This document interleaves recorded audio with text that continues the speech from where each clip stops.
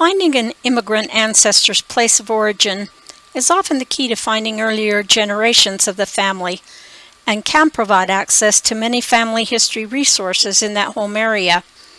Unfortunately, tracing immigrant origins can be one of the hardest parts of doing family history research. If finding immigration records is a new venture for you, be aware that helpful resources are numerous. I always like to start with the Family History Guide because the authors have done such a superlative job of identifying and linking to the resources I need. The Family History Research Wiki, Ancestry, MyHeritage, Find My Past, American Ancestors, Cindy's List, and many other websites have abundant resources. Let's start with the Family History Guide. Take note of the explanatory information accessed directly through Part D, Immigration, and the website goals, as well as the multitude of documents and videos that provide additional information. If you know which state your ancestor lived in, use the links in the left-hand column to refine your search in each of the major databases: Family Search, Ancestry, Find My Past, and MyHeritage. As you can see from this screen, the BYU Family History Library webpage also has links to some of the major immigration databases: Castle Garden, Ellis Island, Mormon migrations, and so on. From the Records link, select Immigration to access a complete list. An excellent discussion of immigration by Juliana Smith, recorded in 2010 but still applicable, is available on Ancestry. This webinar has been archived but can still be accessed if you know it's available. A PDF document, The Changing Face of America, noted on the screen, is available through Family Search, the Family Search Wiki. It's also an excellent resource. This slide is a snapshot of the Ancestry Immigration and Travel page.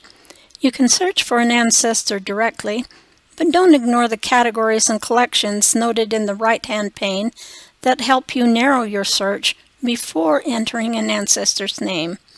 They are often more helpful than looking for an ancestor directly.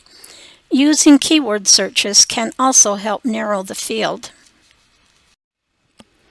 MyHeritage, because of its superior search engine, is also an invaluable resource. Access immigration and travel from the research pull-down. Again, you can search for an ancestor directly, or you can narrow your search by category: passenger lists and naturalization documents, for example. Don't overlook Family Search immigration and naturalization records.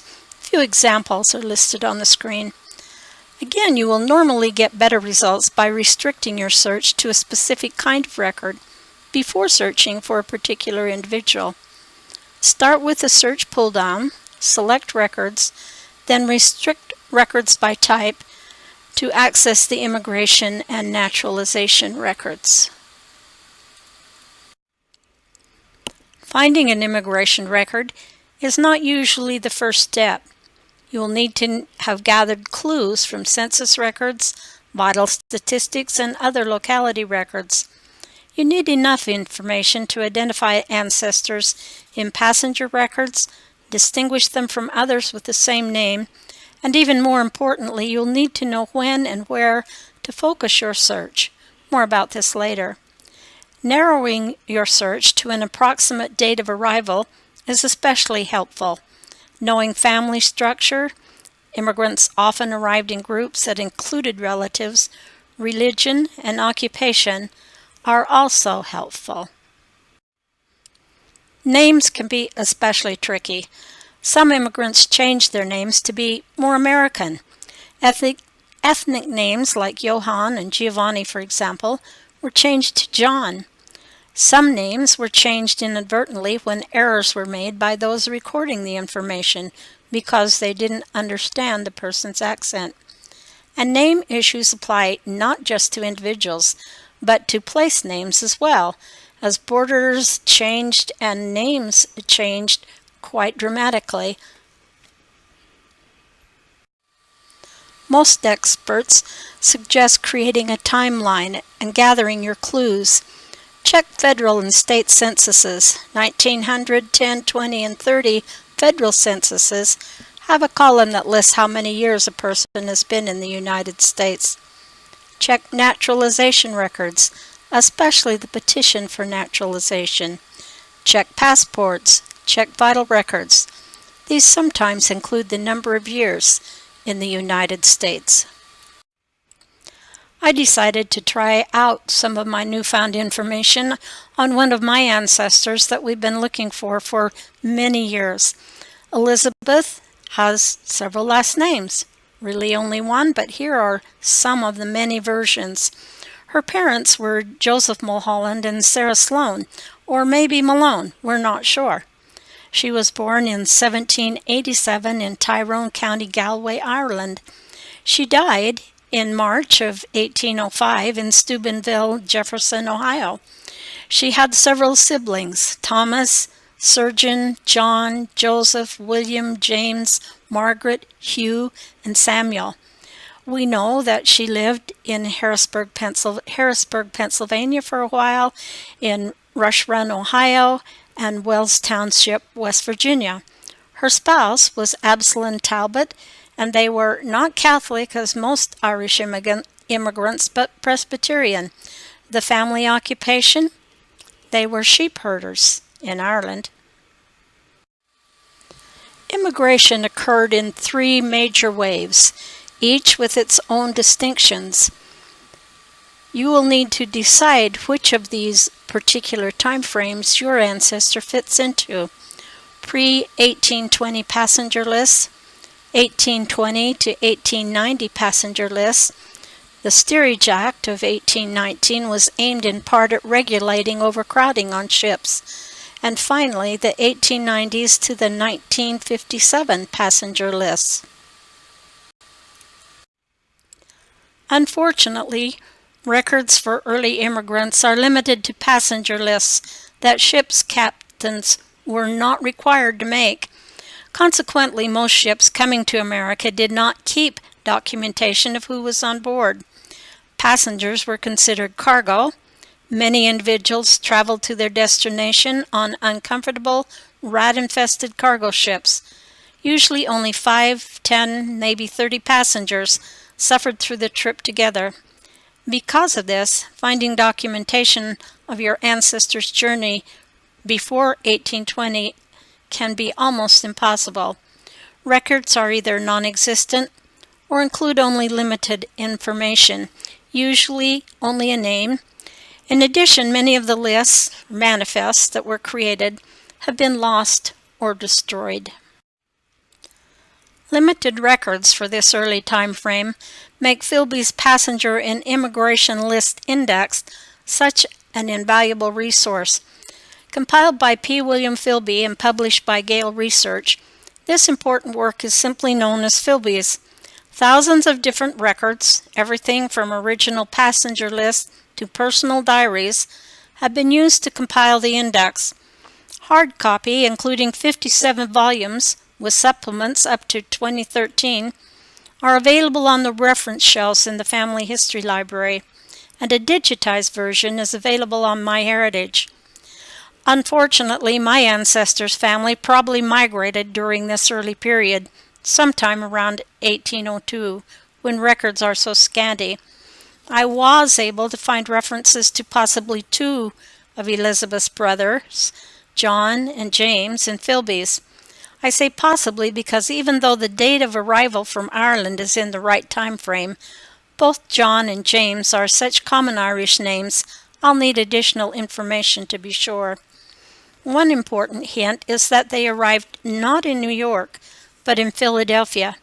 It's important that they first settled in Philadelphia, then Pennsylvania, and ultimately in Wells Township in West Virginia, so that Elizabeth could meet and marry Absalom Talbot, the son of one of the early Wells Township settlers and my third great-grandfather. A search in MyHeritage also turned up a Hugh Mulholland, probably a third brother, who also arrived at the port in Philadelphia. I have yet to find Elizabeth, her parents, or others of Elizabeth's family via passenger list. I do know from Elizabeth's father's probated will that Surgeon and possibly other family members stayed in Ireland. Records are a bit more abundant and include more information if ancestors migrated in this later time period.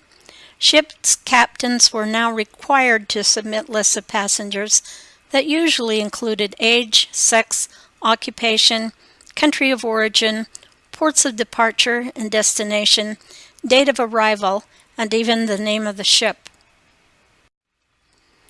In addition to more complete passenger lists, Castle Garden, America's first official immigration center, was opened in this time frame. The castlegarden.org database has information on about 10 million immigrants from 1830 through 1892, the year Ellis Island was opened. In 1891, responsibility for passenger lists was transferred to the U.S. Office of Immigration. Additional information was also included by this date. Often you can find marital status, last residence, final destination, whether the passenger has been in the U.S. previously, where the passenger was going, whether the passenger could read or write, whether the passenger was healthy, and his ethnic background. Ellis Island was also opened in this time frame in 1892. Indexes and passenger lists for immigrants arriving at Ellis Island can be found in many places. Try the Family History Library catalog, Ancestry.com, and of course the Ellis Island website. The URL is on the screen. New York wasn't always the leading port, even though more immigrants arrived through this port than all the others combined. Primary among other ports are Baltimore, Philadelphia, Boston, and New Orleans. If you have European ancestors who joined the church prior to immigrating, you'll definitely want to check passenger lists for the Port of New Orleans. And don't forget Canadian border crossings and passenger lists. Some immigrants arrived at Canadian ports. It was considerably less expensive to sail to Canada and then move to the United States. There are family history microfilms and internet resources available both on Ancestry and Family Search for accessing border crossing records from Canada into the U.S. It would certainly be easier if all immigrants came through one port, the Port of New York, but they didn't. This map shows U.S. ports and the number of immigrants who entered each port from 1820 to 1920. Even though most of the immigrants did enter through New York, you'll want to check other ports, especially if your ancestors, like my Irish immigrants, established residences in the vicinity of one of the ports. Check a port's date of operation and compare it against the time frame that's reasonable for your ancestor. In addition, large numbers of immigrants from Southern and Eastern Europe prompted the Quota Act of 1921, which limited the number of immigrants from these countries. As a consequence, many immigrants first went to Canada or Mexico and then entered the U.S., so don't forget to check the border crossing records. Most people who were naturalized between 1790 and 1952 filed a declaration of intention and a petition for naturalization. Both of these can contain a wealth of information that passenger lists alone do not supply. It's not as easy to access these documents because most of them were filed in state and county courts, so records can't be found in a federal database. While some of these naturalization records are not available on the web, many are available through Ancestry, MyHeritage, and Family Search. The additional effort to find them can be well rewarded. Do note that when a man was naturalized, his wife and children, until 1922, also became citizens. If you haven't already exhausted the possibilities, here are some additional ways to explore. Look for stories of chain migration, where family members migrate and then send for other family members. Look for extended family and friends who may be traveling with your ancestor to make sure you have the right family. Look at the list as a whole. What is the ethnic background of the passengers? What are their ages?